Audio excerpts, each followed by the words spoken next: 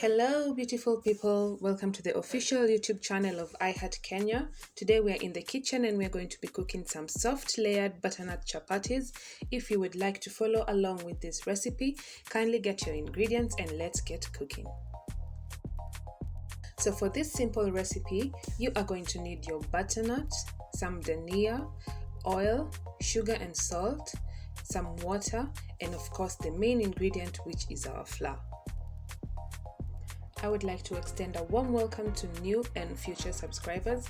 Please subscribe to my channel and hit the notification button so that you can be notified anytime I post a new video. Moving on with our recipe, as you can see, I have my flour in a bowl and then I'm going to add in the salt and the sugar and give it a good stir. This recipe is very simple to follow. As you can see from the video, I will be putting all the ingredients together and mixing them well to form a soft dough. Make sure to mix all the ingredients one at a time so that they are all fully incorporated. Have you ever tried butternut chapatis? Is it your first time or is it something that you had never really thought about? Be sure to leave a comment down below and tell me if you have tried this recipe and what your take is on butternut chapatis. I like for my chapatis to be a little bit on the sweeter side, so if you find that the sugar in this recipe is a bit too much for you, you can adjust the recipe however you please, but for me this is how I like it.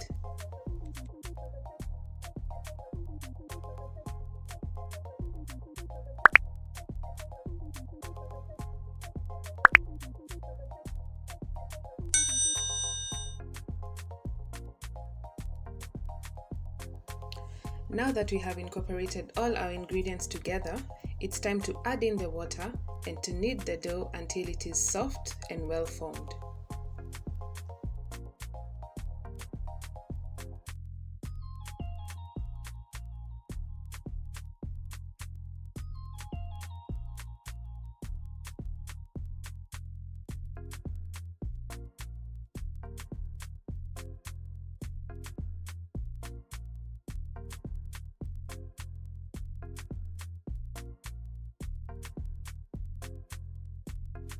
Once the dough is formed, transfer it to a working surface and divide it into 4 equal parts as you can see me doing in the video.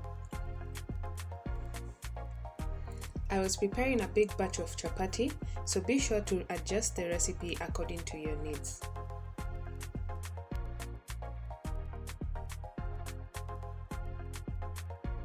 Next, we're going to roll out the dough into a huge circle in order to portion it into smaller balls.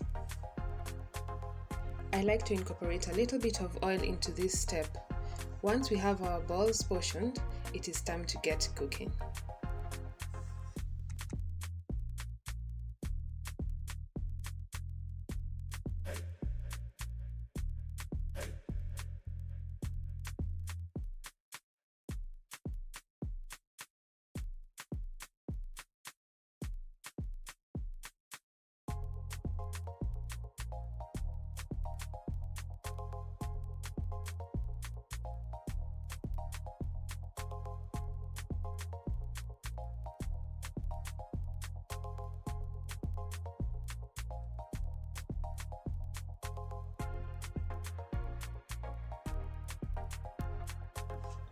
Cook the chapati on a medium to high heat in order to avoid the chapatis from getting very crispy and dry. First, brown the chapatis with no oil, flipping them over on each side, and then add a little bit of oil to brown the chapati and to cook it further.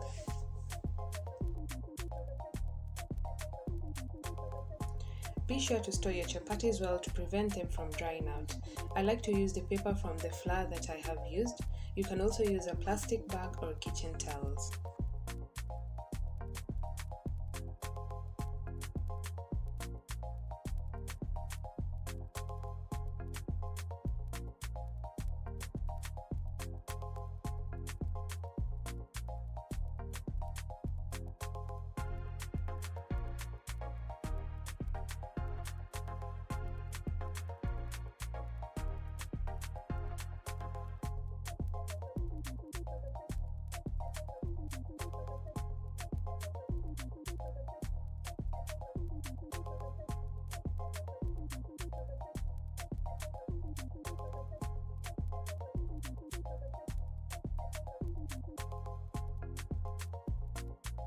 Cover your chapatis well. As they cool, they will become even more softer.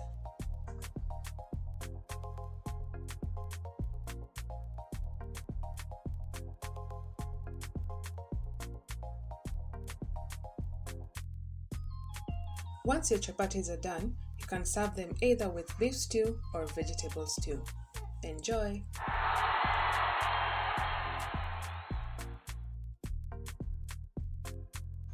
I really hope you enjoyed this video. If there's a recipe you would like for me to try out, please leave a comment down below. See you next time!